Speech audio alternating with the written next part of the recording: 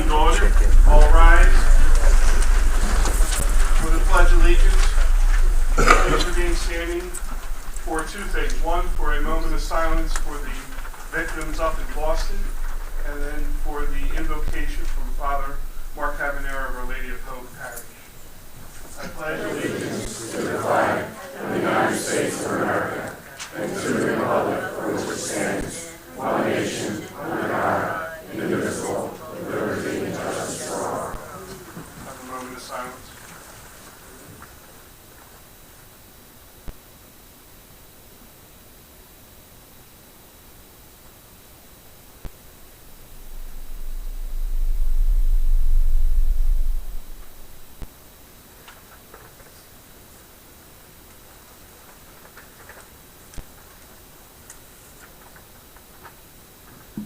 And let us pray. O loving and gracious God, we praise your holy name. We know you are ever present to us, but we beg your special appearance to us these days. For it was 1 week ago today that there was terror in the city of Boston. We still mourn the loss of life of such young and potentially wonderful people. We seek your Spirit to help us to acknowledge that sin exists in the world and leads to such tragedy. Soften the hardened hearts of hatred. Enliven the lonely hearts of the depressed. Help us to discern the troubled loner who has the capacity for such destruction. Heal those who are still suffering in hospitals and in homes disrupted by this act of violence. We ask your blessing upon our young people of the Township who seek the assistance in their educational pursuits. Grant them strength. May their dreams come true. We gather this evening as citizens of Gloucester Township. May we help our public safety agents, our police, firefighters, and EMTs to do their work with courage and determination. We ask you to bless the leadership of our community, our mayor, our council, administrators. Bless them with wisdom, energy, and fortitude. May their decisions made here this evening build a community that is based on justice, that leads to peace. We ask this prayer in the name of your Son, one for the Holy Spirit, one God, forever and ever. Amen.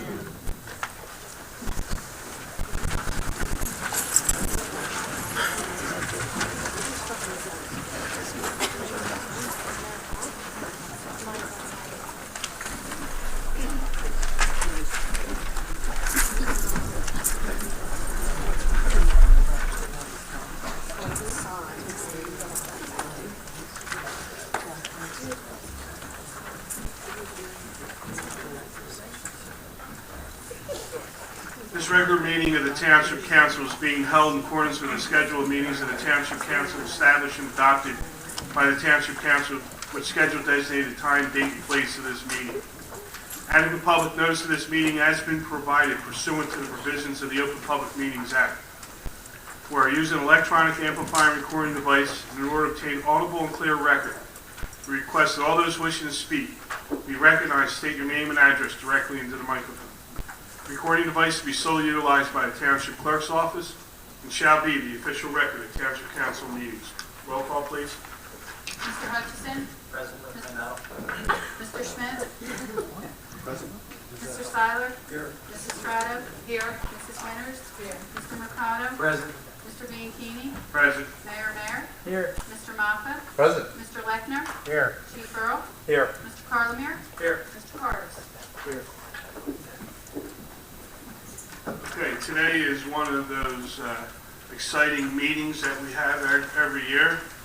And I see Dick Hollingshead in the audience. I know some 40-plus kids will be getting scholarships, and it's a great day for Gloucester Township. Dick, you want to take it from there? Thank you, Mr. Banchini.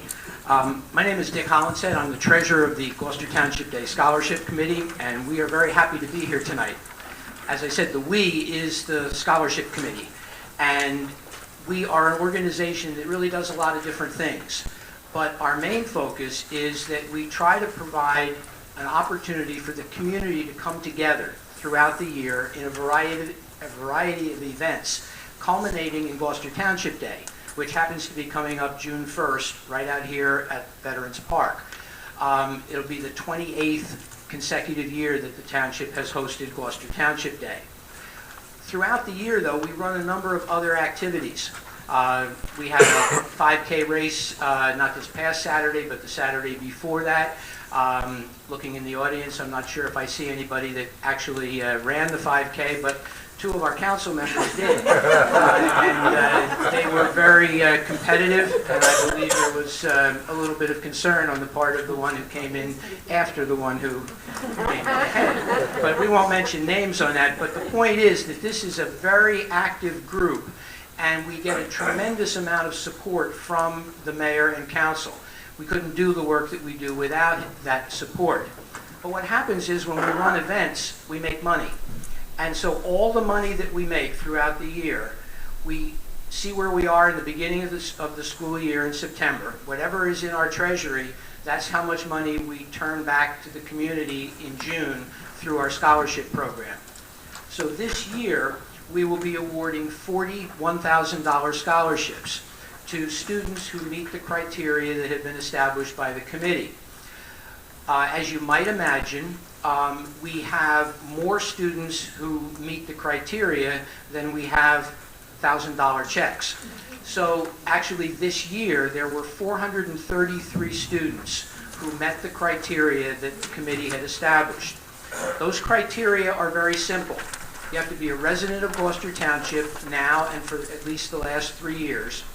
You have to eventually be accepted at an accredited college or university. You have to score at least a 1200 combined on your SATs or at least a 17 composite on the ACT. And you have to be either in the top 50% of your graduating class or have a GPA of at least a 2.5.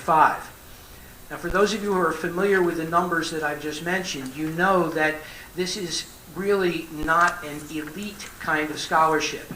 The point of what we do is we are looking to try to turn back to the entire community who support our events throughout the year. We want to give that money or give people a chance, as long as they meet minimum requirements that would be enough to get them into a college. So we're not looking at valedictorians, although the valedictorian is probably on the list.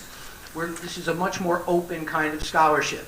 And it's very appropriate that we're here tonight at a council meeting in the open to do this so that hopefully we will be able to find 40 students who are going to college and who are willing to take our $1,000. That shouldn't be too tough. Just to give you an idea of process, I mentioned you have to be a resident of Gloucester Township. So we send out our applications to the guidance departments at every school where Gloucester Township students attend high school. That would mean obviously the public schools, Triton, Highland, and Timber Creek, but also all of the parochial and other private schools and the county vocational school. Students who meet the criteria submit the applications to us through their guidance department, and then all of those come back to us, and we take all those 433 names, put them in alphabetical order, and they're on this pink sheet. Does anybody who needs one not have a pink sheet? Did you not? Okay, Judy, there's one back here, a couple more in the back. We have plenty. Now, I need to apologize right up front and tell you that I am really sorry about the size of the font. Each year we get more and more kids qualifying, and as a result, if I don't want to go to 14-inch paper, the font keeps getting smaller, which probably doesn't bother the students, but it bothers me. But we'll do the best we can on that. Hopefully each student and or your parents have located your number. You're doing whatever that you need to do to really focus on that number and hope that it comes up. But we have 433 ping pong balls in this cage over here. And we're going to start spinning it in a moment. and we're going to have some of the council people and the mayor pull out the balls. We will read them off as we pull them out. Let me see. Oh, when we do this, this is not meant to be a criticism of the penmanship of the students, but sometimes when I'm typing the names, I have trouble with certain letters and the way they were written. So if we have misspelled your name, there are two things to know. Number one, I'm sorry. But number two, and more important, if we've misspelled it, I'm sure you can figure out who you are, and the number that you've been assigned is the number.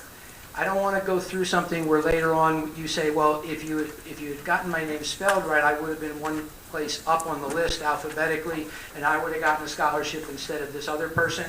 We're not going that route. Whatever the number is next to your name is your number. We're going to pull 40 ping pong balls first. Those will be for $41,000 scholarships. We will then pull 10 more. Those will be alternates. And the reason we do that is that some of the students who are selected will end up not going to college. We don't want to come back and bother the council a second time, although this is a lot of fun. We want to have those alternates. We will rank the alternates in order, 1 to 10. So if 3 students don't go to college from the first 40, then the first 3 alternates will get those scholarships.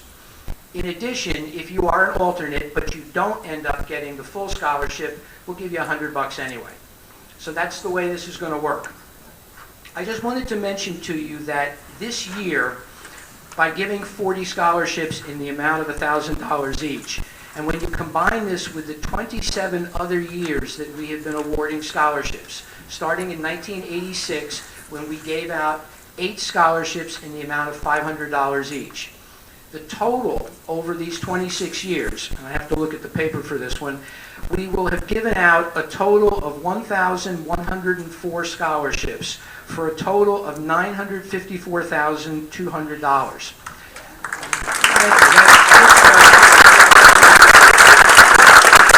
We're very proud of that, and if we do a little bit better in the last couple of events that we're sponsoring this year, we might be in a position to hit the $1 million mark next year. It's going to be very close.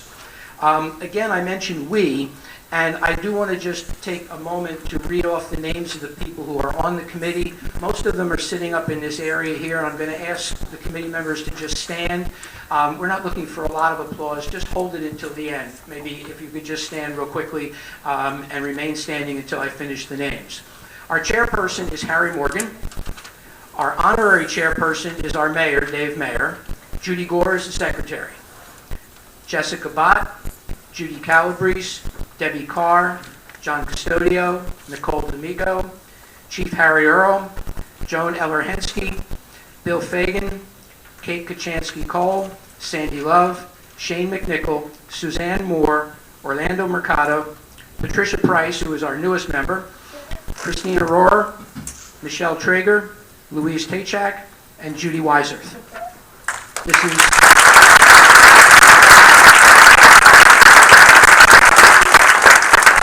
As you can see, thank you. About half of us are here tonight, and that's because a lot of people are very busy. But I want to know, before we start, just could I see it by a show of hands, how many of you are here either as a student or representing a student? How many are here for this? Okay, that's a nice number. We should do this on a regular basis, and we could increase the the audience at a council meeting. Or not. So, I think I have said everything that I'm supposed to, and the only thing I will say is that it's now time to start drawing the ping pong balls. And Mr. Mayor, will you start for us and draw a few, and then we'll move it around to a few other people. One last thing, though. It is absolutely not only okay, but it's encouraged to cheer. Okay? If you get one of these scholarships, $1,000 is a lot of money. Cheer, be happy. You can even cheer if somebody is not here, but you know that person. We're looking for a little bit of fun here too. Just don't do it. I don't call your number. Well, and he says that for a reason, because that has happened in the past.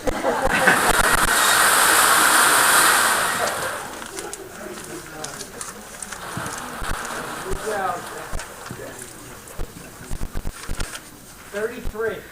Number 33, Megan Barth from Cedar Creek. Megan, all right.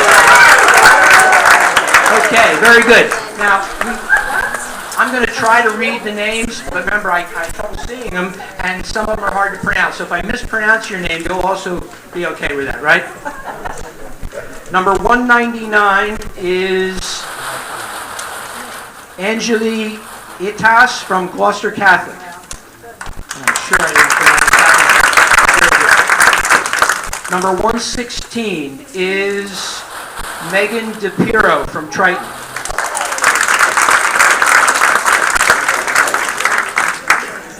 Number 50 is Aldere Boyd from Camden County Technical School. Number 173 is Gabrielle Hancock from Timber Creek.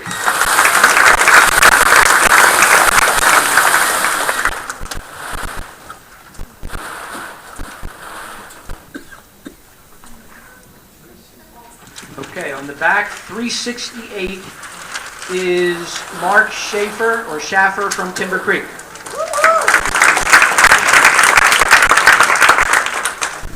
$185 is Catherine Hogan from Triton.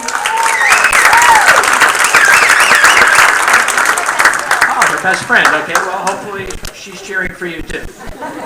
Number 243 is Caitlin Madden from Triton.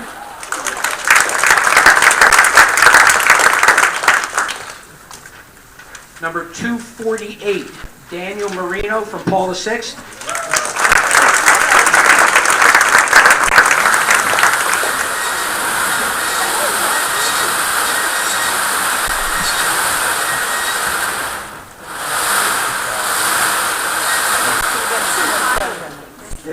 Highland kids? Orlando Mercado is now going to help us out. Number 20 is Kelshi Azu from Timber Creek.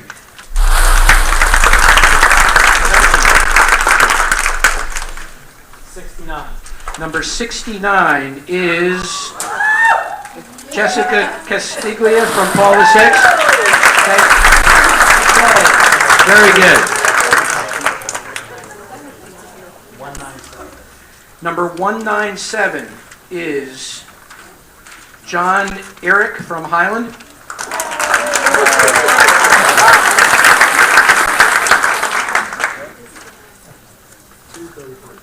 Number 233 is Austin LaRocca from Timber Creek.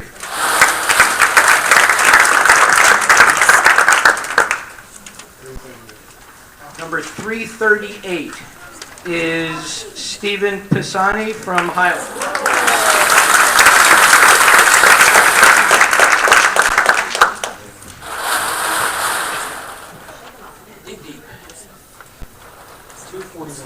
Number 241 is Angela Longo from Triton.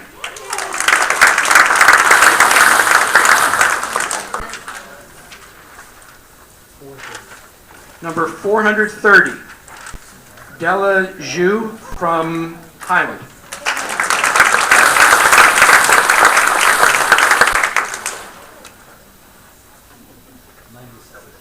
Number 97 is Lindsay Deal from Highland.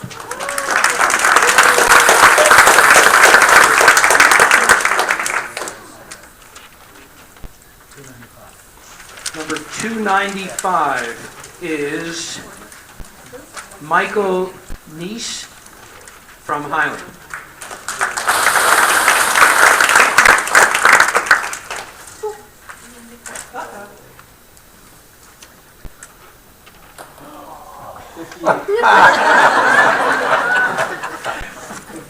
Number 58 is Autumn Buck from Highland.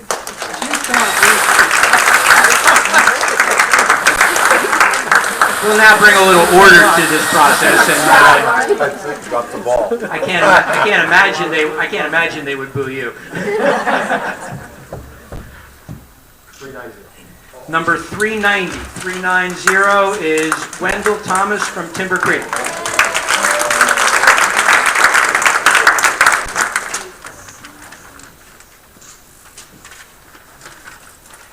Number 297, Scott Nicholsberg from Triton.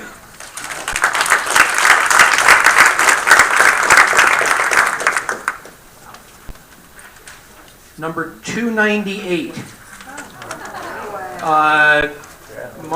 Marquez Noel McCormick from Timber Creek.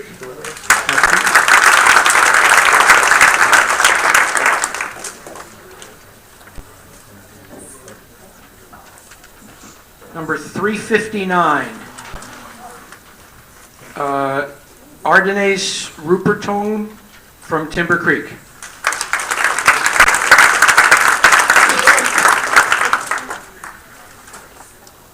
Number 308, Eddie Almo from Highland.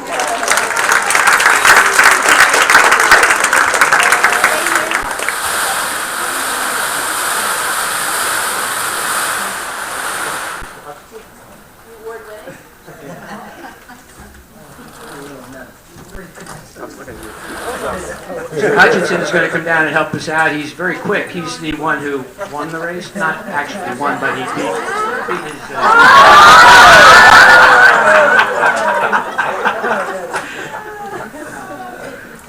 That's okay. 162 is Jamil Grant from Highland.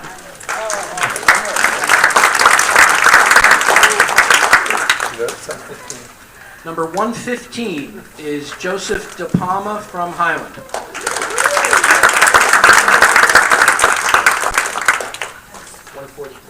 Number 142 is Taylor French from Timber Creek.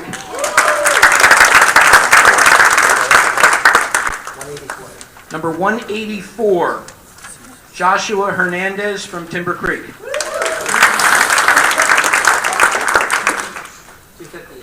Number 258 is Adam Mawson from Timber Creek.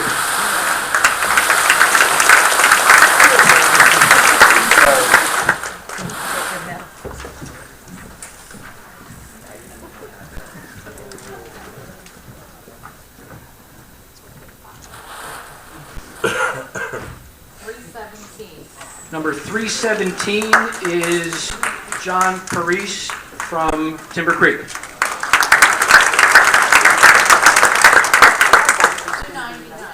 299 is Amanda Knoll from Triton.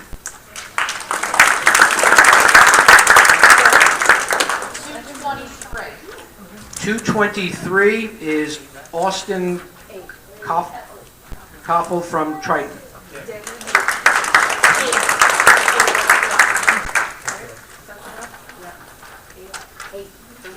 I've just been told there are 8 more $1,000 to go, just so you know where we are. 226. Number 226, Jonathan Lacey from Timber Creek.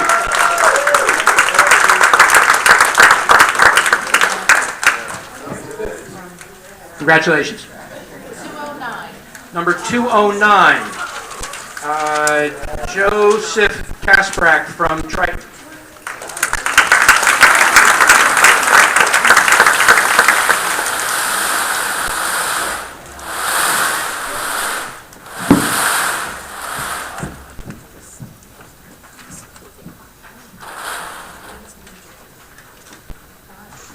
Number 9, Danielle Amesbury from Triton.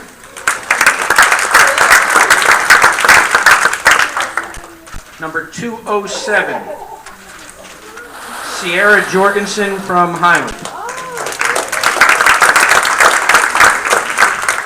Number 388, Alicia Terrell from Timber Creek.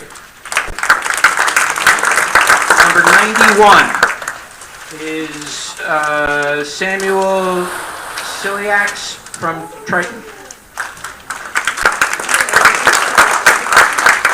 Number 402, G. Vang from Timber Creek. This is the last of the $1,000 coming up. Number 282, which is Marissa Moreno from Camden Catholic.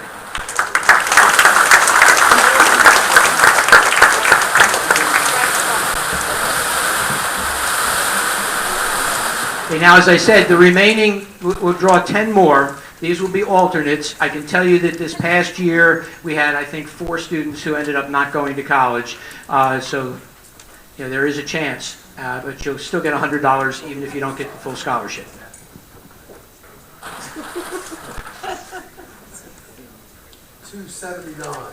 Number 279 is Jeremy Montez from Timber Creek.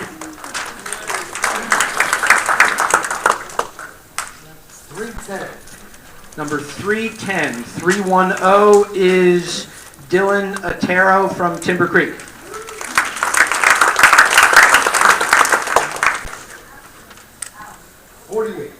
Number 48, back on the front side, that's Alexander Bourneuf from Highland.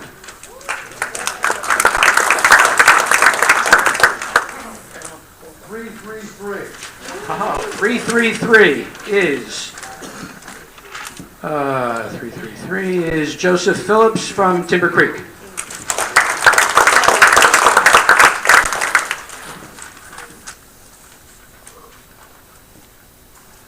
Read the bottom line, correct? Yes. 61. 61 is Dylan Burnite from Timber Creek.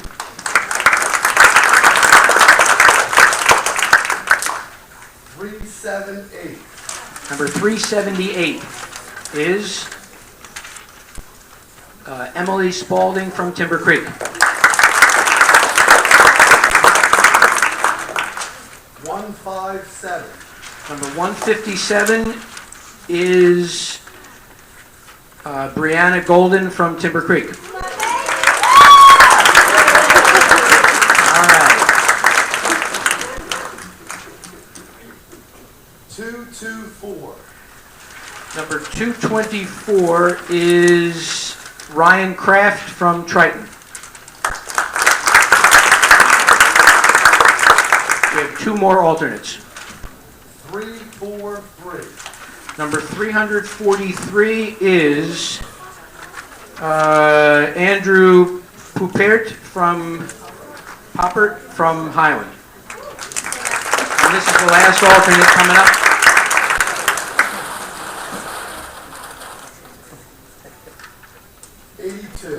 Number 82. And that is Joseph Connell from Triton.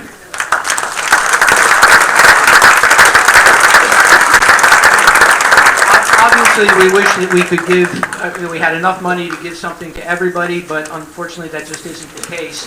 And I hope that you're not too disappointed, and I hope that wherever you decide to do about college, that you're able to do what you want to do at a school that you're happy in, and that it will be a wonderful experience for you. I would also ask that if you have nothing to do on Saturday, June 1st, that's our next big activity. Come out to the park here, spend a little money, and help us to raise money for next year's scholarships. Again, we thank you very much, and I'll turn it back to Mr. Bianchini, who I think will probably... Oh, here's one last thing. Anybody who won either a real scholar, the $1,000 scholarship, or an alternate, could we get all those people together somewhere in the back and get a quick picture of you? We would appreciate that. It'll only take a couple minutes. Our photographer in the red shirt will take a picture. Thank you very much.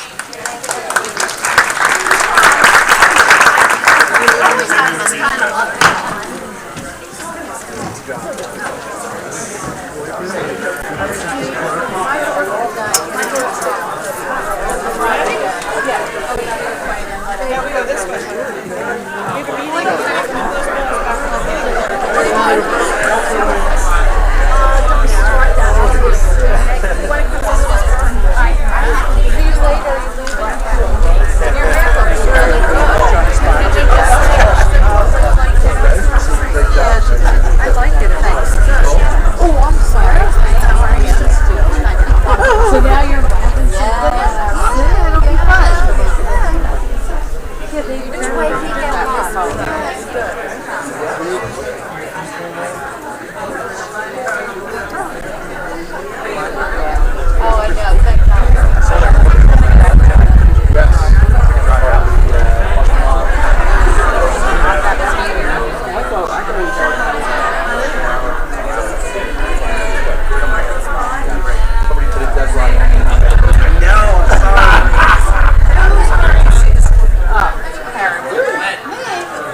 Good, Bill.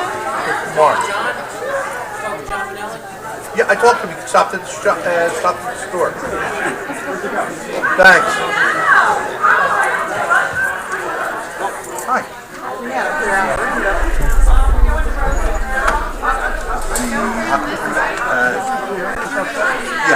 I ordered another dumpster. It'll be there tomorrow morning. Yeah, Brian called me yesterday, today, this morning. Yeah, we ordered it. I actually had a root canal done today. I'm in the dentist chair, and I'm texting. Well, he's calling. I'm texting my supervisor. It did look really good. Made of aluminum. I didn't know if he did, so I wanted to make sure if it's full. Yeah, it's we ordered one of the beer tomorrow. We have the two dumpsters there. Are you putting it in the box? There's the box. Oh, we gotta get the balls out. Oh, okay. Yeah. Just up there.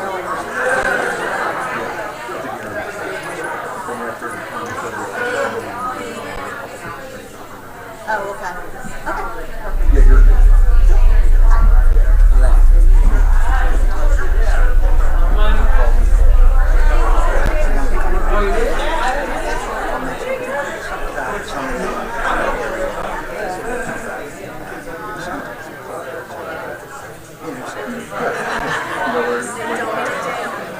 So try to explain an open space somewhere right around the street. Okay. You have her number? If you have it, I'll take it. I have it on my phone. All right.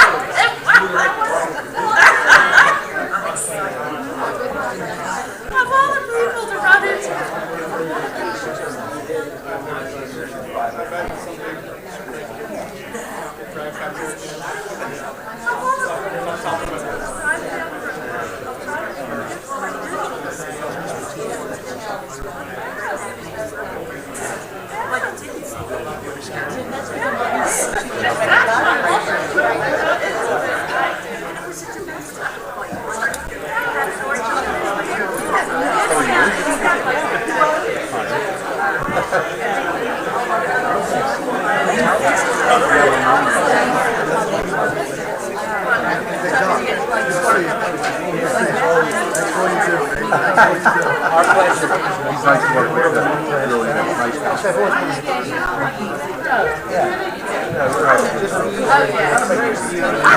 That was a great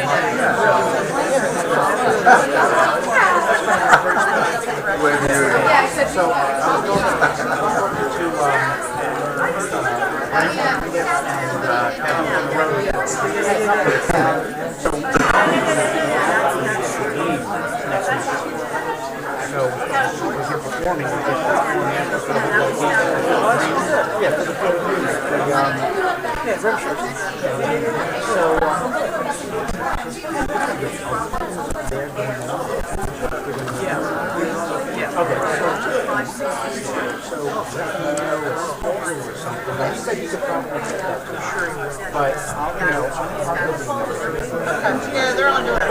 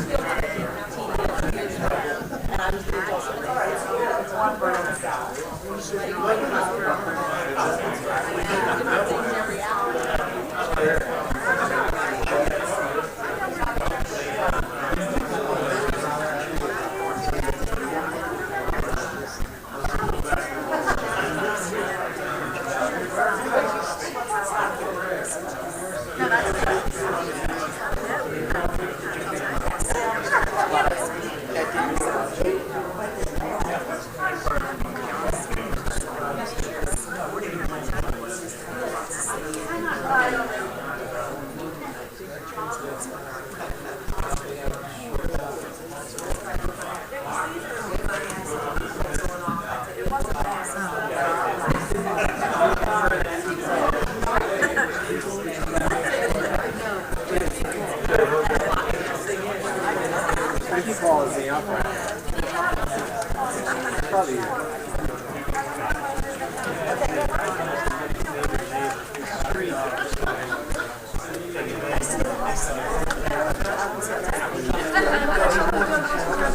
if you need anything, give me a call. I will, thank you. No problem.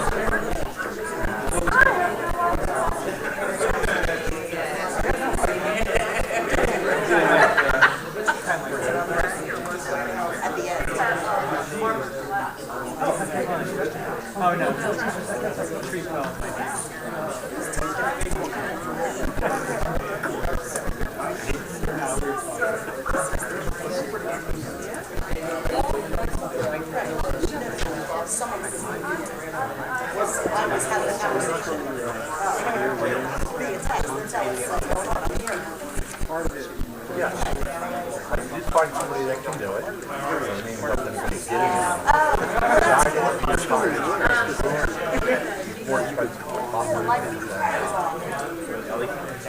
But it's got really nice stuff. So, my buddy was here, Dave, our park person, I had to call him, and he was just doing a podcast about it, but I was going to get some can do it. It'll be probably about 10 weeks, 10 days to a week before he gets it. Oh, you man. Yeah. So I said, okay. I said, well, as soon as he gets something, I said, let's go. Get ready.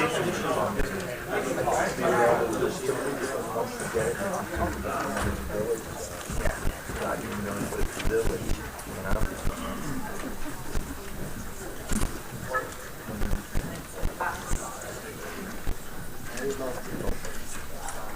Have a roll call, please. Mr. Hutchinson? Present. Mr. Schmidt? Yes. Mr. Seiler? Here. Mrs. Strato? Here. Mrs. Winters? Here. Mr. Mercado? Present. Mr. Bianchini? We'll now have our first public portion. Anyone wishing to speak on any agenda item only, please raise your hand, come to the microphone. Seeing no hands, we close the first public portion. Bids. Cherrywood Road Improvement Program, Phase 2. Motion to accept the bids. So moved. Second. On the question, roll call, please. Mr. Hutchinson? Yes. Mr. Schmidt? Yes. Mr. Seiler? Yes. Mrs. Strato? Yes. Mrs. Winters? Yes. Mr. Mercado? Yes. Mr. Bianchini? Yes. Minutes. Waive the reading and accept the minutes of April 8th, 2013. Motion to approve and accept the minutes. So moved. Second. On the question, roll call, please. Mr. Hutchinson? Yes. Mr. Schmidt? Yes. Mr. Seiler? Yes. Mrs. Strato? Yes. Mrs. Winters? Yes. Mr. Mercado? Yes. Mr. Bianchini? Abstain. Acceptance of a proposal. Punch list for Laurelwood Estates. We need a straw vote on this, please. Mr. Hutchison? Yes. Mr. Schmidt? Yes. Mr. Seiler? Yes. Mrs. Strato? Yes. Mrs. Winters? Yes. Mr. Mercado? Yes. Mr. Bianchini? Yes. Ordinances. This is an ordinance of first reading. Ordinance O-13-10. Ordinance fixing the compensation of officers and employees of the Township of Gloucester, the County of Camden for 2013. This ordinance will add the special law enforcement officer position, which is a part-time position. Tom, you need to add anything to that? No. Motion to accept. So moved. Second. On the question, roll call, please. Mr. Hutchison? Yes. Mr. Schmidt? Yes. Mr. Seiler? Yes. Mrs. Strato? Yes. Mrs. Winters? Yes. Mr. Mercado? Yes. Mr. Bianchini? Yes. We have resolutions of consent agenda. Any council person wishing to remove any of these resolutions, please let me know now. Do I have a motion to approve the consent agenda? So moved. Second. On the question, roll call, please. Mr. Hutchison? Yes. Mr. Schmidt? Yes. Mr. Seiler? Yes. Mrs. Strato? Yes. Mrs. Winters? Yes. Mr. Mercado? Yes. Mr. Bianchini? Yes. 136, resolution considering application of wine warehouse and discount liquor outlet Incorporated for person-to-person transfer of a plenary retail distribution license held by Lynn Liquors Corporation. This resolution allows for the person-to-person transfer of a plenary retail distribution license held by Lynn Liquors Corporation. Dave, anything to add to that? When liquor license transfer, according to the statute in New Jersey, meet the council meeting for a resolution of approval. It has already indicated that it's been properly advertised, has going through the appropriate police investigation, and everything is in order. For the transfer requires a resolution from the government. Motion to approve. So moved. Second. On the question, roll call, please. Mr. Hutchinson? Yes. Mr. Schmidt? Yes. Mr. Seiler? Yes. Mrs. Strato? Yes. Mrs. Winters? Yes. Mr. Mercado? Yes. Mr. Bianchini? Yes. 137, resolution affirming the appointment of a special police officer, Class 1, by the mayor of the Township of Gloucester.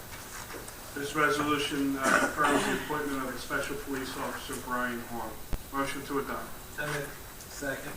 On the question, roll call, please. Mr. Hutchinson? Yes. Mr. Schmidt? Yes. Mr. Seiler? Yes. Mrs. Strato? Yes. Mrs. Winters? Yes. Mr. Mercado? Yes. Mr. Bianchini? Yes. Mayor's report, Mayor.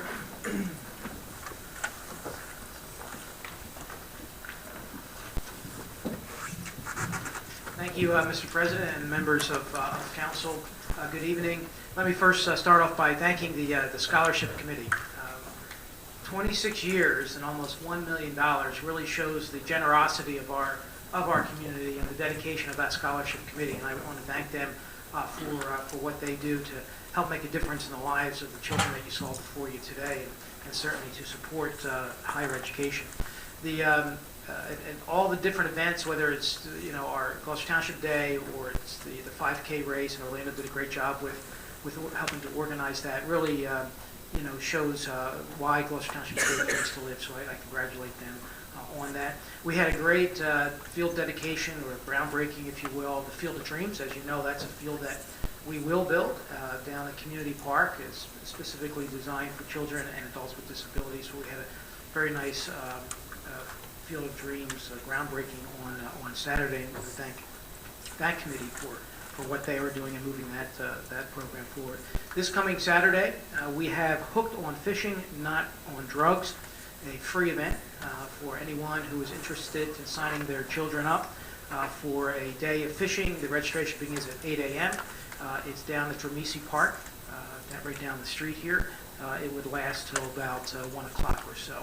So a nice day of fishing and fishing education and education about staying away from drugs as well. And then lastly, May 2nd, we have our annual Police Awards evening. It's going to be held at the Dennis Flyer Theater at Camden County College, where we recognize the men and women who serve us in our police department. Thank you. Thank you, Mayor.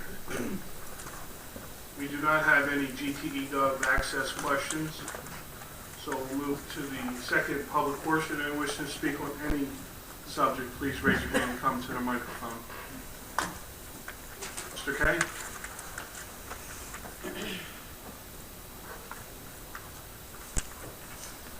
Good evening, Jim Kibblestis, Ariel. I didn't break any speed records getting here. I was watching on the web the scholarship. It was really great to see. They're getting faster and faster.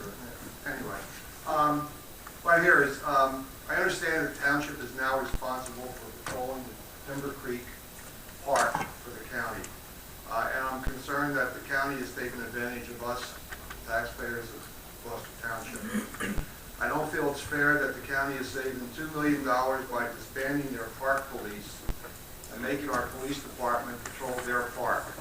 So I have a couple of questions.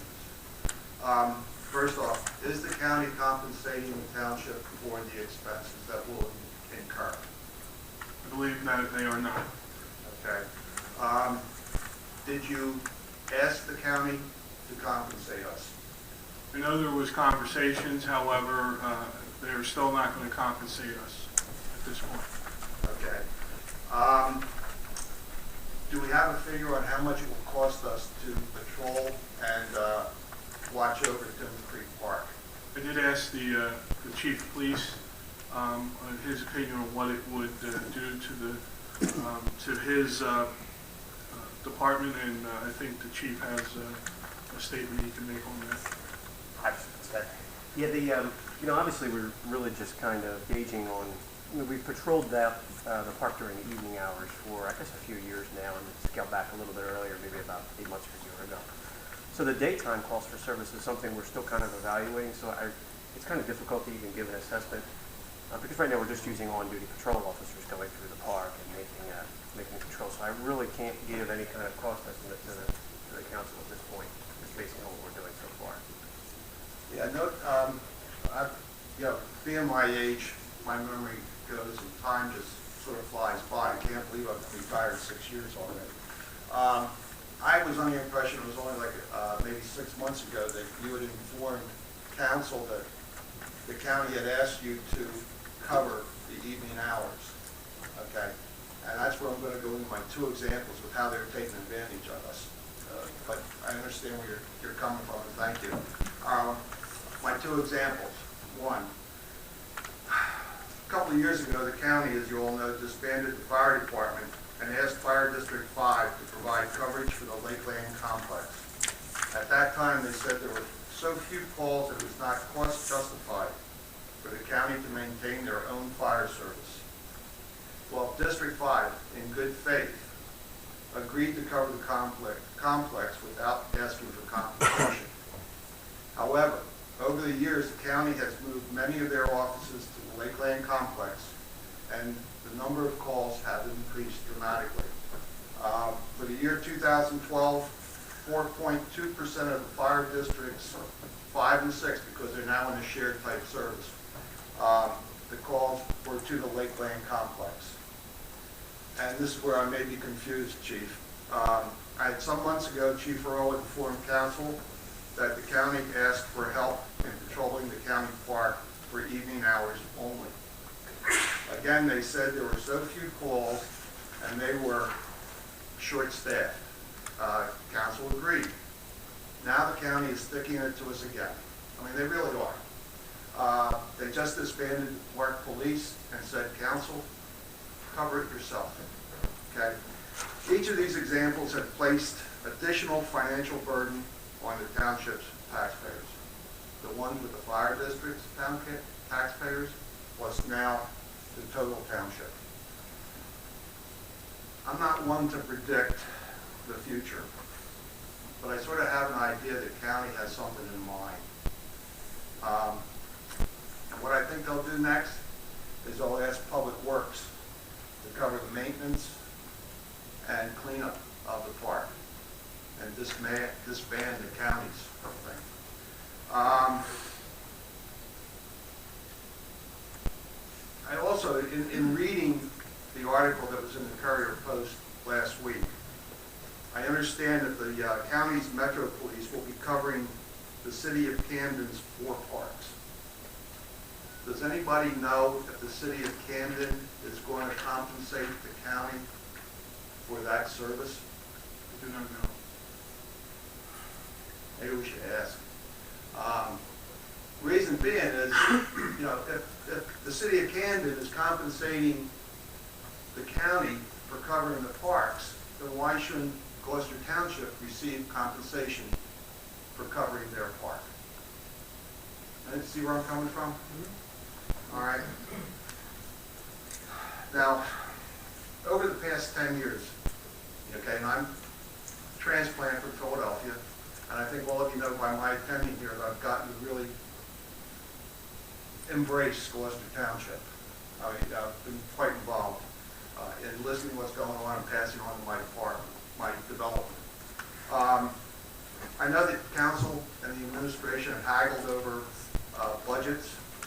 Your focus has been mainly on large ticket items. Okay, but the small ones come up. And in a situation like this, where it may only cost a couple of bucks this year, next year it's going to cost more. It just increases. As a taxpayer, I feel that, and I get very passionate about this, so I'm sorry, okay? As a taxpayer, I feel our township can't continue to support the county whenever they look to reduce their expenses. We're not getting any tax cuts. You know, they're not reducing our tax rate. You know, all they're doing is getting more money from us.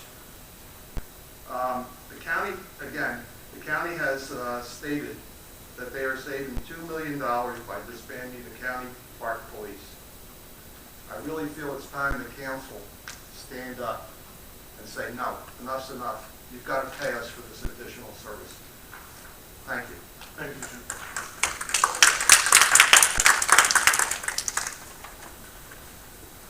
Ready?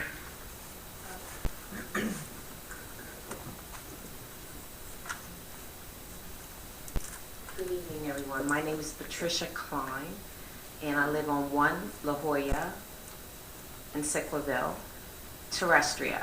This question is directed to the mayor. Mayor, I sat in your office 2 years ago, you and I, in reference to the railroad ties that were damaged by the plows, the snow plowing. You made a commitment to return a call to me, and I still haven't heard from you. I'd like to know what is the status of you replacing the railroad ties in front of my home, 1 La Jolla, Sicklerville, New Jersey, Terrestria. It would have been nice, and I called you several times asking what was the result, and you never returned my call. What is the answer to replacing those railroad ties that the township damaged plowing the snow? Yeah, Ms. Klein, as you recall, we did meet, and I did talk to the Director of Public Works, and it was decided at that time that we would not be able to replace those particular ties because we would have to do it in every area in that development, and it just wasn't effective to do that. So we did not do that. I apologize. I don't recall when you called me. I usually return our emails very quickly. But you never, no, wait. So Ms. Klein, let him finish, please. So we're not replacing those. Excuse me, you never informed me that you were not replacing the railroad ties. You never informed me. I am still 2 years later waiting for you to inform me. Now, if the township damaged the railroad ties, the plow, why are you not replacing them? It is responsibility of anyone. If I damaged your property, legally I would be responsible for replacing the railroad ties. If you damaged my property, you are responsible. I am a part of the homeowners association there, and the township is responsible for replacing the railroad ties that you damaged. Why not?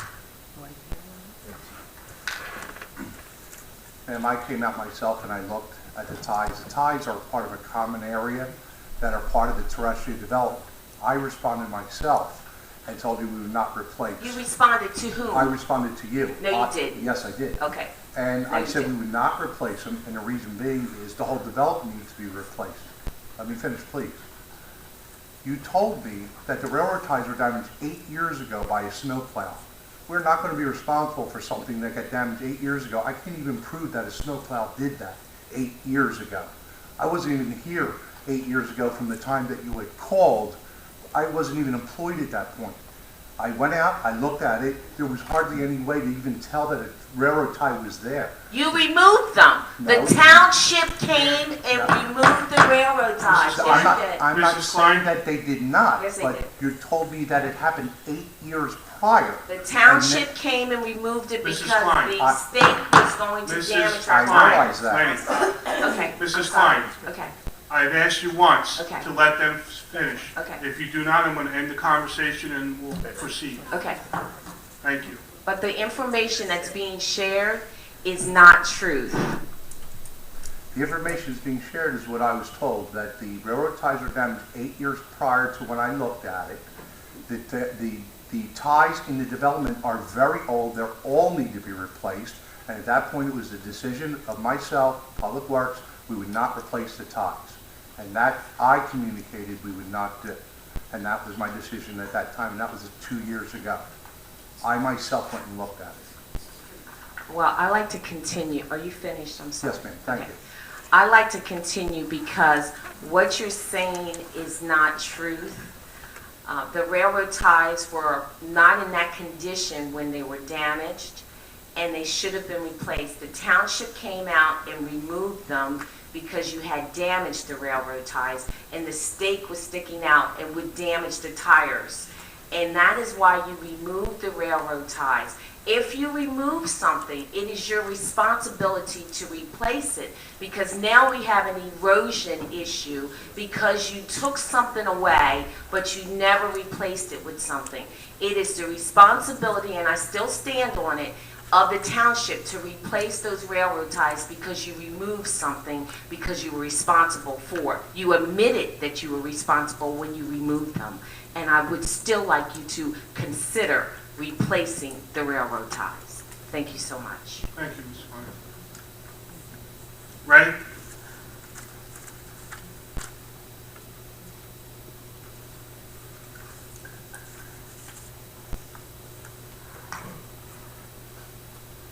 Union Council, Ray Polidor, Ariel.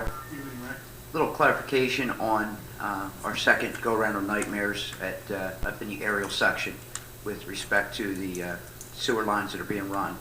Once again, the roads have been closed on Ariel New Brooklyn Road. So for clarification for those in the area, do we know when the project is scheduled to end? Is there a projection? I do not know that. Do you know that, John? No, I do not. Did you find out for us? I'll find out. Thank you. Secondly, clarification on any type of repaving that's going on other than that mess that we're left with now. My understanding is that from the curb to center line will be replaced. Is that the township's understanding as well? I believe that's our ordinance that we have implemented, yes. Okay. Now, So I'll ask Mr. Cantwell to follow up also on the paving and when that can take place. okay. And I understand the reason for paving half, but the issue is the pipe goes straight, the road doesn't. Where the road is dug up, it crosses over the yellow line, and then it crosses back, and it crosses over, and it crosses back again. How do they plan on doing that? Will that road look like a checkerboard from an aerial view? No, Ray, if I can. Go ahead, Mayor. Yeah, when I spoke to the county, they're going to, the MUA, county MUA, if it does cross that center line, then they will go from curb to curb. So it won't be just a patch job. So my understanding is that when the cut goes across the center line, as you see out here on Hughes Landing Road, they'll cover from curb to curb there. Well, maybe in lieu of what Mr. Kibblestis was talking about, maybe to throw a bone back to us, the county might be interested in paving the whole road, because even before they began to dig up for the sewage, area on the Brooklyn Road and area of Williamstown Road have not been quality roads. I mean, Sicklerville Road has been repaved, and they did an adequate job there. Maybe we could get something back from the county on that, because it's a mess. A Clementona resident had asked this question. I told them I would present this for them. Where the road has been stopped with a pile of dirt now, so that you're coming up by the pantry, which is the old Wawa, original aerial Wawa, pile of dirt. There is no way around that. Drivers are being asked to go down Garwood Road, go down to Sicklerville, come back up Jarvis Road, or go to aerial Clementon Road and cut through the other gulf to come back on Jarvis. The question was asked at that previous 5-point intersection, now which aerial Williamstown Road is closed off for the fire department use. Would the traffic pattern, and I guess Chief Earl would be best to answer this question, would in lieu of the construction, could that one piece of aerial Williamstown Road be utilized for at least residents of Clementona who are right there and literally have to circle all the way back around to come to development?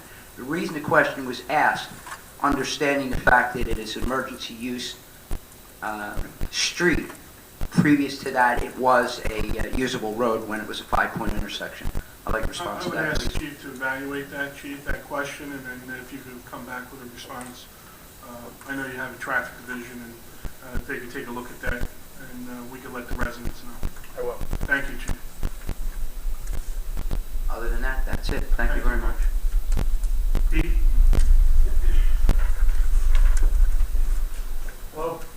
Steve Heigl, Sicklerville. The 2013 introduced budget, that still has not been formally adopted yet. They have voted on and adopted, or has it? Adopted, last meeting was adopted. It was adopted. It was adopted last meeting. Okay, that was my question. Thank you.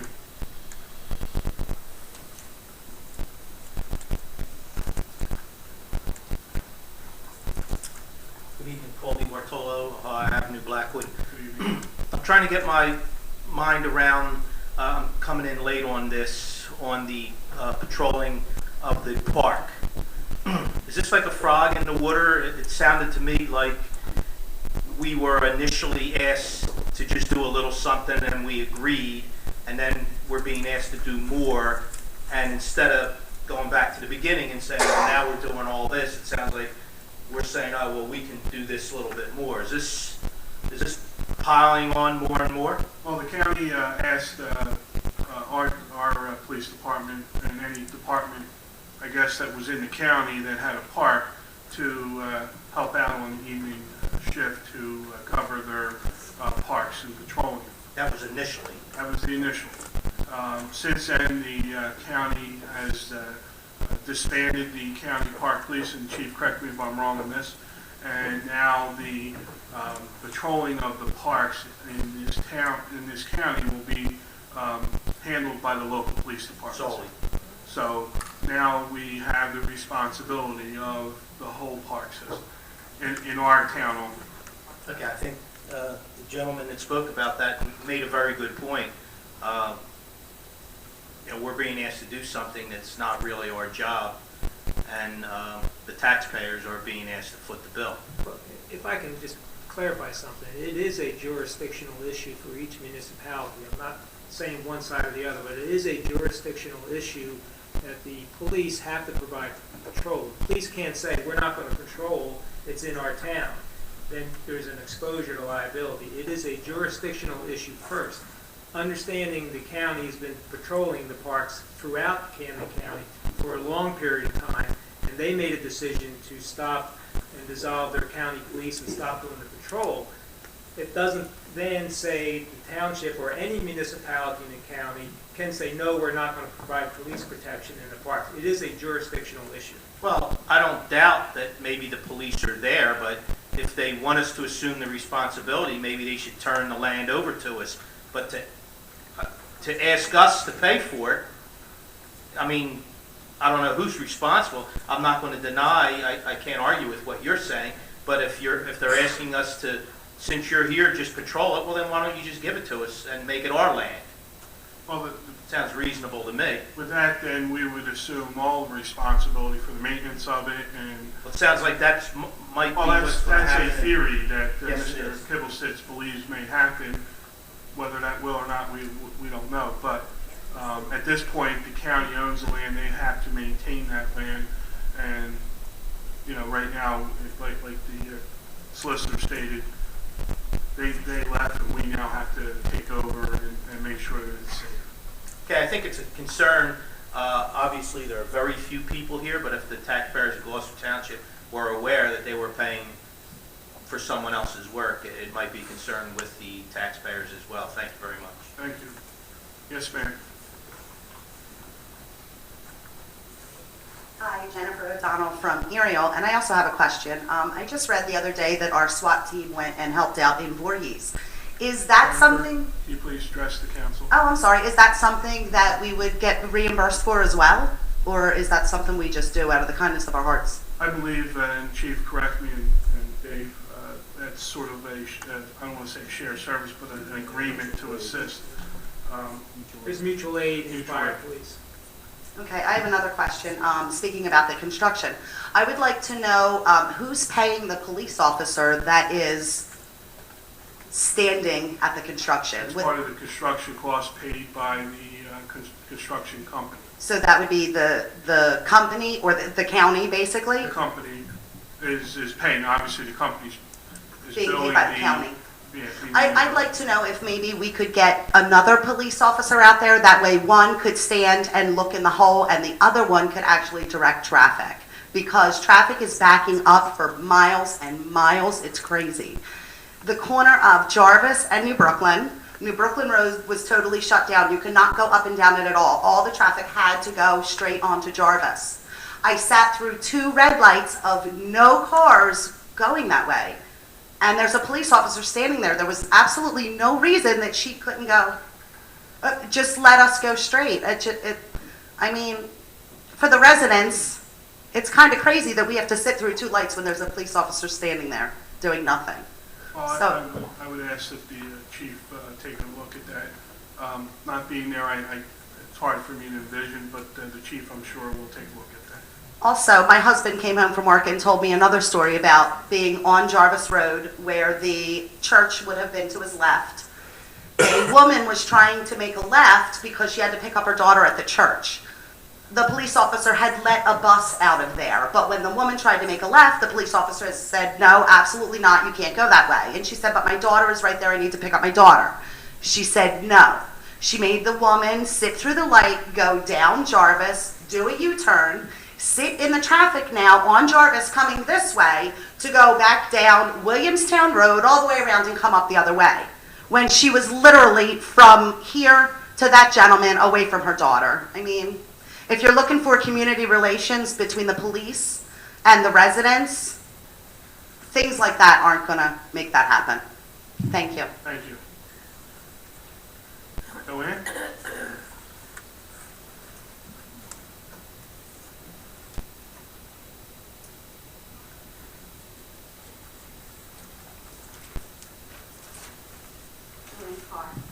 Timber Birch. A few months ago, I came in front of you and I was talking about the schools that I had heard things were going south a little bit, and I was disturbed, and I mentioned to you that when I bought my house 44 years ago, the quality education was one of the things that sold it to me. And I think at this point now, I read in Patch this morning that 4 of our 11 schools passed. 7 are lagging considerably behind. And that is even exacerbated by the fact that over the last 10 years or so, the system has been watered down. It's so that you're not even getting the same education you got 10, 15 years ago. So if you're not, if you don't have the good school system to get people in to come here, they're not even going to walk in the door to look at your house to buy your house. I feel like Jim Kibble says he's so impassioned about the parks, but I am the same way about this subject because I keep talking about money, but what about the kids that are losing their future?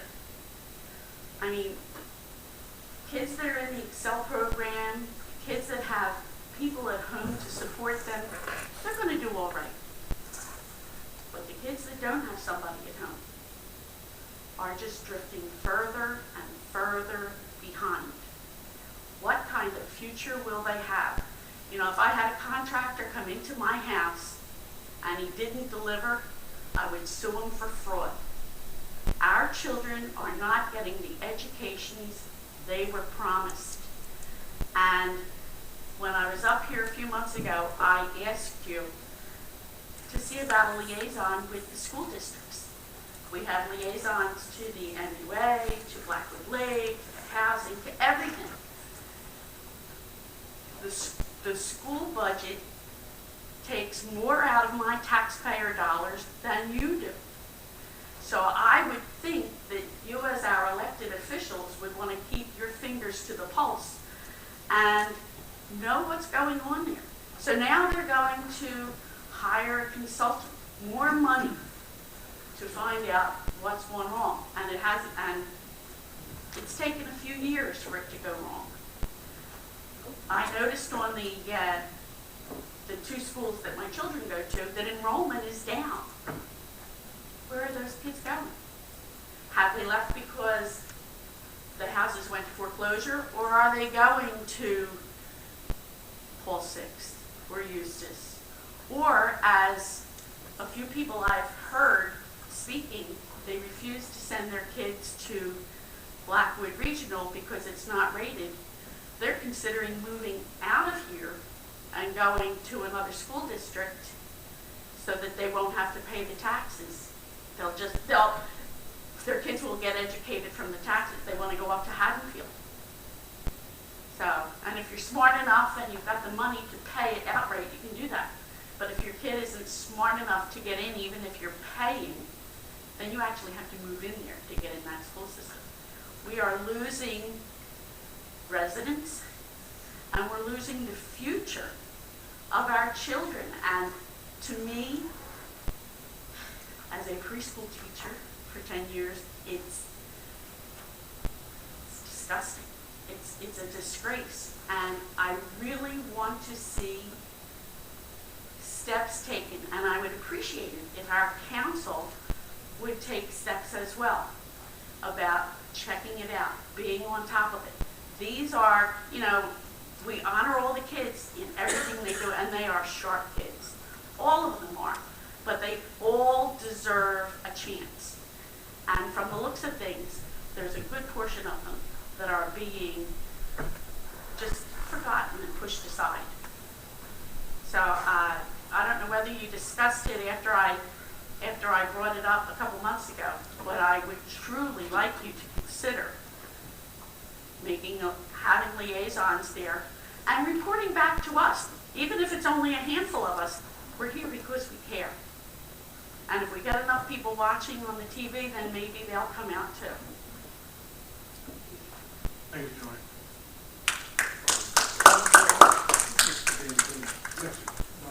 Mr. Collier, what authority does the council have as far as what needs to be done before we say it's to the board? Well, I would have to answer, just based on my knowledge now without any further looking. The township does not have authority to appoint anyone to supervise or have any oversight on the operation of the school board or their function, other than just communication and such. Pete? Hi, Gloucester. Just to follow up to what I just heard, Mr. Seiler asked the question, do we have any jurisdictional or any kind of sway with the school board? There is a line item on the budget called Transfer to Board of Education, where $510,000 is a line item on the budget that goes from... That's for transportation, am I right? Yeah, it's courtesy busing. Oh, That's courtesy busing that is back in the early 70s. The residents of the town agreed to pay for it. Well, right there's a little bit of leverage to influence the school. We can't hold that money, I don't believe.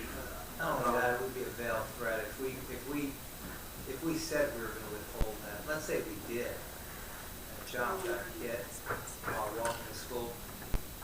I can't see doing it. Well, I'm not saying that we don't bus children. I'm saying this comes out into the name. You're required to pay that by that referendum that was approved. So legally. Okay, that aside, this panel has to have some sway over the school board. I mean, there's no way it can't. I mean, you're the township. They're educating. And they're a separately elected board of education. Look, Pete, we do talk to them. We do try to influence them. Obviously, all our kids are in the school systems. We have an interest in this as well. And I'm pro-education. Anybody knows me, know I am. And I could tell you probably the rest of the council is 100% behind that as well. So we will continue to see what the board's doing. I know they have plans that they're working on to correct the issues, and we'll continue to follow that. Right. Thank you. Anyone else? Yes, Jim?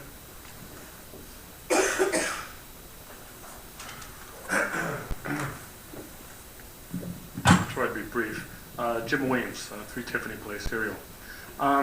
I don't know if it's, it may sound like it's no big deal, but this afternoon, I went to a DARE program for my granddaughter, and this isn't the first time, but I think the teachers, and this is probably has nothing to do with council, or I forgot to address you, Mr. President, council, Mr. Mayor, but it isn't the first time I've gone there to pick up my granddaughter, my grandson when they're sick or whatever. But there seems to be something with the teachers. They're trying to get a point across. They're all, I know when I worked, the company I worked for, I mean, the employees, I made a point to say, you guys are parking in the back. And because we have customers, I work through a brokerage house, we have customers that are coming in. They come in, they deserve a parking spot right in front. But there's, and like I said, I don't know if they're trying to get a message across, but the teachers take up every bloody space in the front and the second. And then they have signs in most of their cars. We've been working with our contract, and I don't know the exact wording on it, but I think they're trying to get a message across.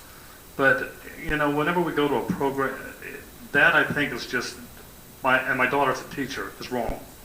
You want to get a message across, do it through a union, put your car in the back.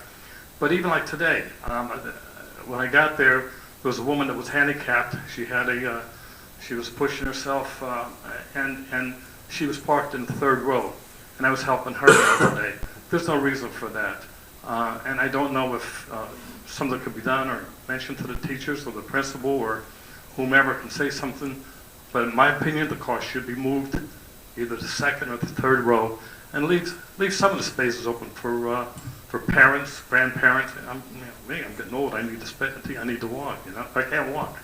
But like I said, I don't know if something can be done or said to them or not. But it's food for thought. I have another question. When you're saying about yesterday in Voorhees, whenever we sent 5 or 6 or whatever, however many of our vehicles there and police officers, it's part of shared services. What is that within the county itself? It's called mutual aid, and I guess it's the police and the fire and the ambulance. If a neighboring town has a need, then our folks will assist them as well. Cherry Hill came into that situation. I know Gloucester Township did, and you know, it happens with fire departments. If there's something down by Lakeland, when I used to work down there, it was nothing to see Washington Township come in to assist with those folks as well.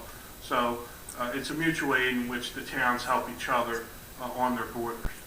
Now we send police officers and also vehicles there. Does that leave us kind of without the necessary, or leaves us a little low on what was provided police-wise in our area? I believe, and the chief can expound on this, I believe our police have a plan when they move people to different areas, how they cover other areas, and I'm sure that's what kicked into place in that case. Okay, thank you very much. Thank you. Can I just add to that? Sure. And Chief, correct me if I'm wrong, that's reciprocated. When we had our incident here at the end of December, we had Cherry Hill police officers here and Runnymede police officers that were manning our station here while we were dealing with issues in Camden and Cooper Hospital. Is that correct? Yeah, that's correct. So it goes both ways. Thank you. Ray?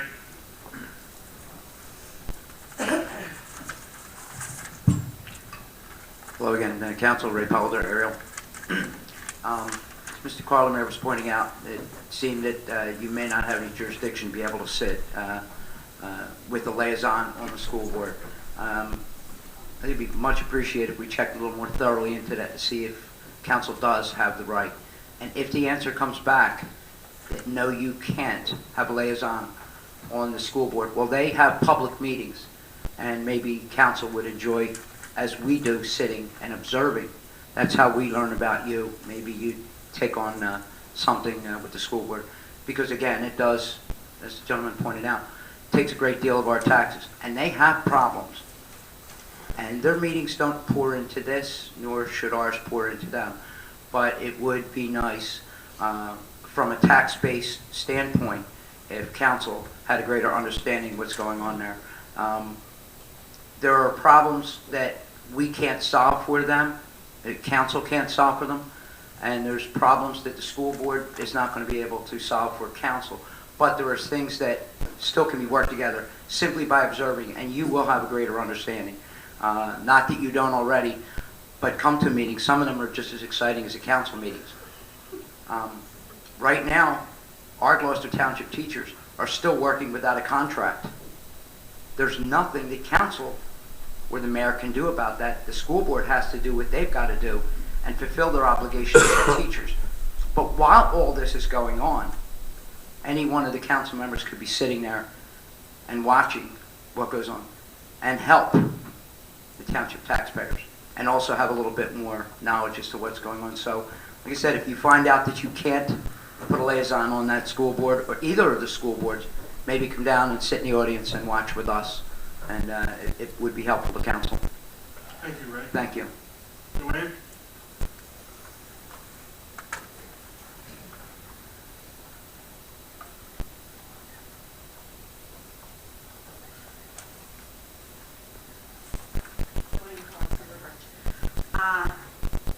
At the last council meeting in Runnymede, there were quite a few concerned citizens there. Because of the CCMUA, the county's really taking a beating tonight, but sometimes you get what you deserve. Evidently,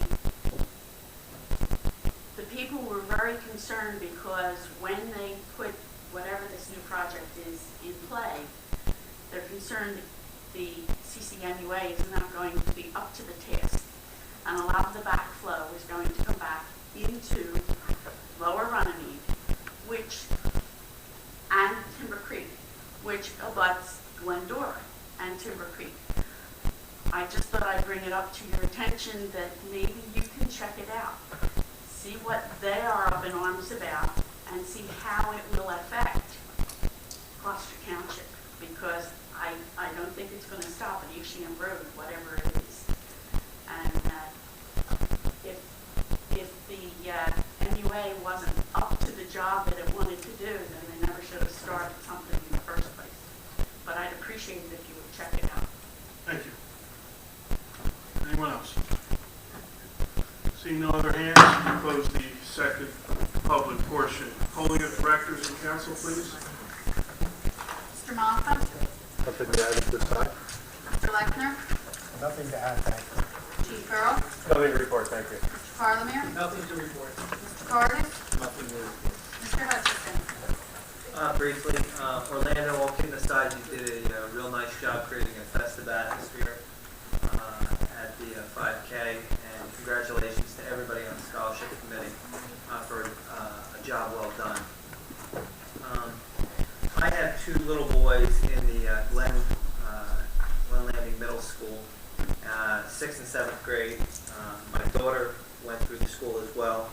They went through Choose School, and that's the limit of my experience with the schools. And I got to tell you, I'm extremely proud to say that my children have gotten an excellent education at Choose School and Glen Landing Middle School currently. Beyond that, I can't address, really comments to the high schools. I looked at a video online today. I wanted to address the video. It was disturbing. The gun range. I'm not expressing my opinion necessarily on how it should be resolved, but I do want to say this. For the first time, I recognize how significant that issue is. The noise is incredible, and I don't know how we resolve it. I just want to indicate that I really get it. Mr. Kibblesmith, you brought up a great issue. I read your emails. I think I might disagree with you. Not unusual. My thought is this. If the county disbands its park police, then every municipality is on equal footing with respect to picking up the slack. And if each municipality, this is where I don't know if I'm consistent or against or whatever, if every municipality has their own parks. In theory, they're absorbing equally. And the savings, what we're not looking at is what additional cost are we incurring versus what are we saving as a municipality? Because a large chunk of the money that it would cost for the park police at the county level is going to be saved by the residents of our town. So I think that good point. I see the look. Is there going to be a savings? I want to let you know, I read what you said, I'm analyzing it, thinking about it, and I will talk to you more in the future, okay? But I just want to let you know I am thinking about it. So thank you very much, everybody, for coming. Have a good night. Mr. Schmidt. I too would like to thank everyone for coming this evening and staying. Special thanks to Orlando Mercado, seeing what he has done with the 5K race, everything that he has to endure to help the children of Gloucester Township. Thank you, Orlando. As far as the educational system in Gloucester Township, Joe, there's many variables that could be discussed tonight. I would just like to touch upon one. We now have a new superintendent and central administration. Leadership starts at the top. Steve Jobs founded Apple, Apple thrived. Steve Jobs left Apple, Apple did not thrive. Steve Jobs went back to Apple, Apple then thrived again. We need to give our new central administration a chance. Beside that, 45 years ago, there's 70,000 people in Gloucester Township now. We have various pockets of socioeconomic challenged people. Barack Obama's mom got up at 5:30 every morning to make sure that her little boy was able to read and go to school. Being an educator in Gloucester Township for 32 years, we may not have that at this point in time with all of our students. Once again, we could sit down and talk for a couple of days. Other than that, let's give our new administration a chance to find new avenues and new abilities untapped so we can move forward. As realtors have said to me in the past, having purchased 5 homes in Gloucester Township, people move here because of the educational system. With that being said, there's just not enough time, but let's give the new people a chance. Thank you for your patience. Mr. Seiler. Yes. I would like to express my appreciation to the scholarship committee for the excellent job that they are doing of raising the fund each year, and I'm sure that the students appreciate any help that they can get towards their college education. And I would like to offer my congratulations to the students that won tonight. Mrs. Strada. I'd also like to congratulate the winners tonight of the scholarship awards, and also I would just like to say that I thought that the Field of Dreams Committee did a great job on Saturday with their first annual chili cook-off. I know it was a little quick that they undertook this event, and I thought they did a great job, and I look forward to it being even bigger and better next year. It was nice to see all the people that came out to support the Field of Dreams. Mrs. Winters? I want to congratulate Orlando. It was a great job with the 5K. It was the first time I participated in that, and it was very well run and organized, and luckily the weather was nice. Just wanted to congratulate the scholarship winners and the committee for doing a wonderful job. It's a great opportunity for the students. And I want to say I spent a weekend in Penn Hills, Pennsylvania, which is right outside of Pittsburgh, for a street hockey tournament. I went with the GTHA from our township. There were 3 Gloucester Township teams out there. 1 went to the semis and lost, which was my husband's team. 2 went on to win the championship out there. They played teams from Massachusetts, Chicago, Pittsburgh, South Jersey, a couple other areas. And there was only 4 levels. We won 2 championships. The third one was one of them was the freshman division, which actually the team that won is local. It's Belmar, Gloucester Township, and I think Monroe makes up that team. But it was wonderful to see, Gloucester Township making a mark out there again. And thanks, and have a great night. Mr. Mercado? Thank you for coming out this evening. Congratulations to our scholarship recipients this evening. Once again, $40,000 is handed out for scholarships for high school seniors to attend college. Part of that was our 5K race on April 13th. The amount that we raised was the largest amount raised, net profit, close to $12,000 a year, and also our largest field of 234 runners and walkers. So whether it's a 1 mile run or if you walk the 5K, you ran it, what we try to do is create a festive event. And it doesn't happen without the help of Gloucester Township Public Works, the rec department, our police who kept us safe, our Lady of Hope cheerleaders who were cheering on our runners, but to our sponsors, the mayor and council for supporting the event and making sure we had the amenities and things were available to us. And again, our sponsors and our runners that made the event and the day possible. Congratulations to Mr. Hutchinson on his 3rd place finish within my age group. Congratulations, Dan. That's why he had the medal on today. But that event, in addition to 234 runners and walkers, he had families and friends who were supporting folks there. And when people are crossing the race line and you see the euphoria that they have there, it's hard to replace. And I thought about that when I was watching the events that happened at the Boston Marathon, where family and friends are there supporting runners who are going through there, and how there is a relationship here that we have with our community and with our police department, that we feel safe.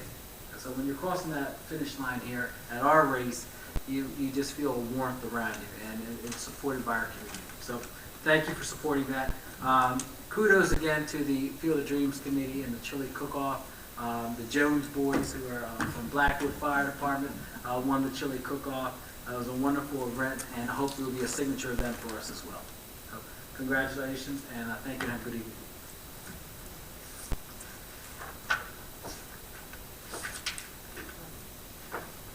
Yes, I'm sorry. Mr. Kibelsis, I forgot. A few years ago, you spearheaded on your own children that didn't belong in this district at the regional school level, and between you, the administration, and the police officers, approximately saved the taxpayers $600,000 of children that were not supposed to be here. Okay? Okay. You recall that? I recall, I didn't recall 600,000. Okay. Well, I do, because it was significant. So with that being said, just keep being you, Jim. We appreciate your comments. We appreciate your vigor. Thank you very much. Thank you, Mr. Mr. Bianchini. Yeah, I'd like to thank all the residents for attending tonight's meeting. I too want to congratulate all the scholarship winners. For the 5th time, I did not win, or my kids did not win, so I'm 0 for 5, and like my batting average. But it's great. It's a great program, and I thank all those that raised money for that. To be able to give out almost $1 million is something that many towns could not boost and say. So I think it's wonderful, and I appreciate all their efforts. It was a great Saturday morning during the groundbreaking for the Field of Dreams and the Chili Cook-Off. Again, a group of individuals coming together to make a better situation for disabled kids that would want to play baseball or softball in their community. So it's a wonderful thing for us, and very exciting as we move towards that. No one loves or has a greater passion for education than I do. It was the reason I am who I am, because my parents, who never graduated high school, never got out of 10th grade back in the 40s, when they either went to war, as my dad did, or my mother went out to work because she was one of 10 and had to help support the family, demanded education standards of 9 of their children. And it was the standard, the bar that they raised, that made each and every one of us successful.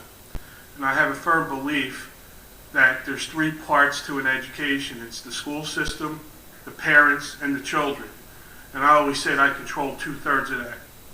I control me, and I control my child, to make sure that they have the expectations and the bar that I expect them to achieve. I've had 5 children go through. My last one's graduating this year. They all have done very, very well, gone on to get educated in the fields that they desire.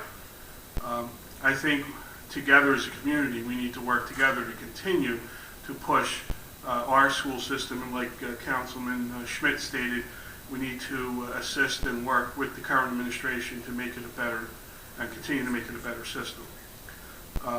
And finally, I just want to thank all my colleagues for your support over the past 2 weeks. I lost my mother, who was 83 years old and was probably the most influential person in my life.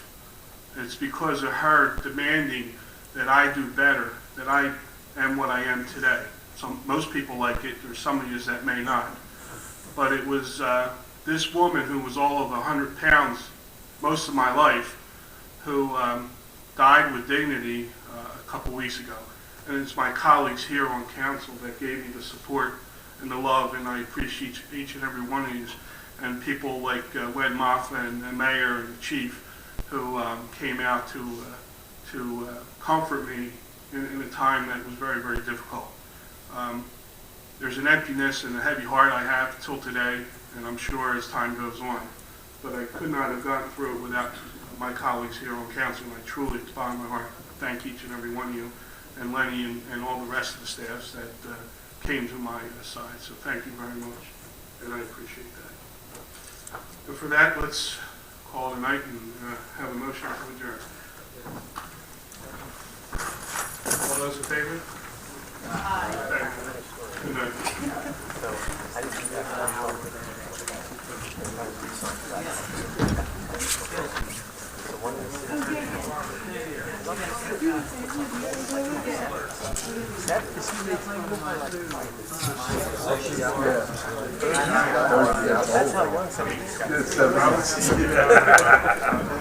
It's a little bit before that. I'm going to do mine, no, I'm going to do mine tomorrow. That's what I like about it. Mr. James from Galahad, may I speak to you? I want to refine. Good night. See you guys. Good night. Hey, on those that notice the bidders, there's a section